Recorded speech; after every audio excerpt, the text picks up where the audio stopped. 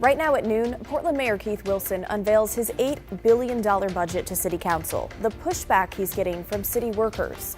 Plus, a former Portland firefighter pleading not guilty to distributing child sex abuse content online. And Lori Chavez-DeRemer is stepping down as labor secretary. How the former Oregon Congresswoman became plagued by scandals, including an alleged affair with a member of her security detail.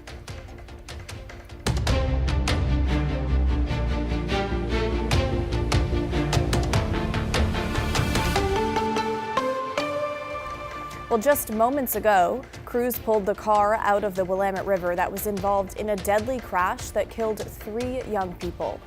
Thank you for joining us today at noon. I'm Blair Best. Only one person survived the crash, which happened just over 2 weeks ago. Joe Ranieri has been down at the waterfront all morning long. So, Joe, bring us up to speed. What are you seeing out there right now? Yeah, Blair, this took crews a good portion of the morning to get everything set up. Now, this car that crashed through into the Willamette River a couple of weeks ago was submerged about 30 to 35 feet deep of water, very murky water. You could see about 20 minutes ago now is when crews were able to lift that car out of the water. It's now on this flatbed truck out here along Waterfront Park where this crash happened earlier this month. Now, it's been just about 20 minutes ago or so since they pulled it from the river. You might remember this all started earlier this month when a car was pulled over by Portland police for speeding through downtown and running red lights and going the wrong direction.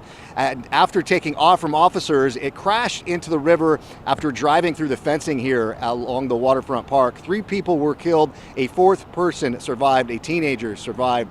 Back here live, you can kind of get a closer look of the car out here, but there was a team of divers spent the morning trying to just hook the car up. This was not an easy task at all, and just about 2 hours or so it took them getting everything hooked up, and then in just a few minutes or so it was taken from the river. But it's been a lot of work and to try to get this out, and as you can see behind me, kind of the sad end to this story that took place just a couple of weeks ago. Back to you.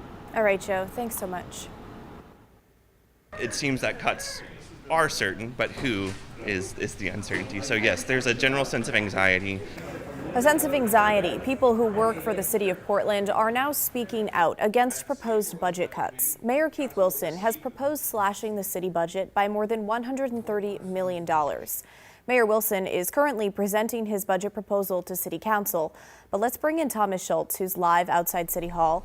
Thomas, what are you hearing from city employees about these potential cuts? Yeah, Blair, well, workers we spoke with this morning say it's unclear what's to come and exactly which positions will be cut. In the meantime, Mayor Wilson is currently talking to City Council and walking them through his proposed budget as Portland faces a record $163 million general fund shortfall.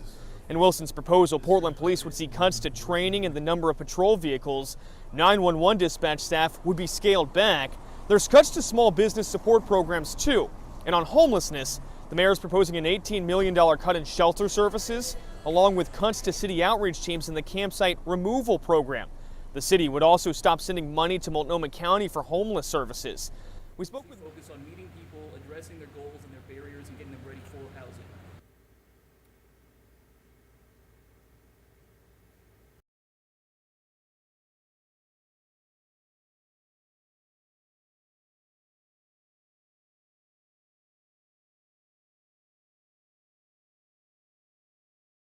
We cannot afford to return to an era where businesses failed and families left. This year, our balanced budget must stretch farther, carry more weight, and bridge a deeper chasm. I've done my utmost to set up my colleagues for success and to blunt the impact of our most painful cuts. With the help of staff, I have sought. Now that was Mayor Keith Wilson you just heard from there. That city nonprofit worker that we spoke with works for a nonprofit that is funded through city funding. He says that if these cuts go through, they will be very detrimental to people living out on the street.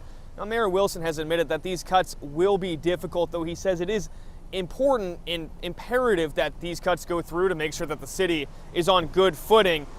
Of course, discussions between the mayor and the city council are currently ongoing at City Hall behind us. That's expected to go until 1:30 p.m., Blair. Once that happens, city leaders will have a few weeks to deliberate these discussions and mull over the proposal by the mayor before then deciding on a budget in June. Blair. Okay, Thomas, thanks so much. We'll keep following this. And as our team was digging into the more than 1,000-page document, something that caught our eye that Thomas did mention is how it appears Mayor Wilson is proposing to end the city's partnership with Multnomah County, which is huge. Each year, the city sends millions of dollars to the county to support efforts in addressing homelessness. The mayor's budget wants the city to keep the more than $30 million that it would have otherwise sent to the county. Instead, he is proposing the city do the work of getting people housed. But ultimately, City Council will have the final say. A county spokesperson just emailed me back saying they were expecting this and that it's part of the reason why some county shelter beds are at risk of closing this year and why they say fewer people will move into housing. And we're also hearing from Portland Police today about the mayor's proposed cuts to that bureau. Chief Bob Day tells us in part cuts of this magnitude will have real and substantial impacts on our personnel, operations, and ability to deliver services at current levels. These are not minor adjustments and will require careful evaluation of every aspect of our work to ensure we continue to provide core public safety services. Again, the mayor's budget proposal is just that, a proposal. There will be now weeks of deliberations between city leaders before councilors adopt a final budget on June 17th. And I'm talking with the mayor this afternoon, and we'll have the latest tonight at 6:30. Well, a Portland firefighter accused of child exploitation pled not guilty in court this morning. Authorities say Andrew Lidgatich turned himself in yesterday. The investigation goes back to last year when police say they traced internet uploads of child sex abuse material to an IP address associated with a Portland fire station. Lidgatich has been at administrative leave since last year. He's set to be back in Multnomah County Court tomorrow. And police say the 20-year-old man who was shot in a Vancouver parking lot over the weekend has died. Police are still searching for the suspect this morning. Now, it happened around 2:20 Saturday morning. Officers say they were called to a parking lot off Southeast 118th Avenue and Mill Plain Boulevard. That's where they found the shooting victim. Police say the suspect had already left. So if you have any information, you're asked to call the Vancouver Police Department tip line at 360-487-7399. Okay, let's take a live look outside from our Wells Fargo camera. And hey, it is a gray day out there this afternoon. Let's bring in meteorologist Chris McGinnis. Chris, talk to us. What can we expect later this week? Well, for starters, the rain beginning to actually taper off. So, Blair, despite that gray, ominous-looking Wells Fargo sky camera, I think the lion's share of our rain for today has actually already fallen. Now, that said, it's still gray, it's still drippy, and we've got kind of an ongoing drizzle storm in some areas, even where radar's not necessarily picking up some returns. But right now, the steadiest rain appears to be falling out towards Washington County, so west of the Banks area and then into the Coast Range in western Washington County. Meanwhile, down to the south, we had a little area of showers here pop just north of Salem, between Salem and Woodburn. It looked a little more impressive on radar not too long ago, but it appears that too is starting to fizzle out just a little bit. We take you down to the south, in our state capital here. Salem is gray, but maybe not quite as gray as that downtown look was. 55 degrees last check. In Salem, we've got gray skies right now out towards Oregon's Veterans Home in the Dalles as well. Last check there at the Dallesport Airport, which of course is on the Washington side of the Columbia River, 67. So it's milder for the east side of the state by a long, long way. And the Wells Fargo sky camera again continuing to show some light rain here. Light rain at the airport, 52 degrees. All right, the plan for today, again, diminishing with that shower threat. We'll keep the shower chance going into the afternoon, but I think the raindrops are becoming a little bit more few and far between. That said, our temperatures are not going very far. Upper 50s should do it for highs today. Tomorrow looks like a wet day, Blair, and then I still think we're on target for a pretty nice looking weekend, and we'll look at that coming up in just a few minutes. Okay, Chris, we'll see you soon. Well, here's a look at some national headlines this afternoon. Former Labor Secretary Lori Chavez DeRemer has resigned amid an investigation into alleged misconduct, including an affair with a member of her security detail and accusations of drinking on the job. The White House announced her departure Monday afternoon. Chavez DeRemer is a former Oregon congresswoman and Happy Valley mayor. She says she will continue advocating for workers in the private sector. Deputy Secretary Keith Sonderling will serve as acting labor secretary. Los Angeles singer David has been charged in the murder of a 14-year-old girl.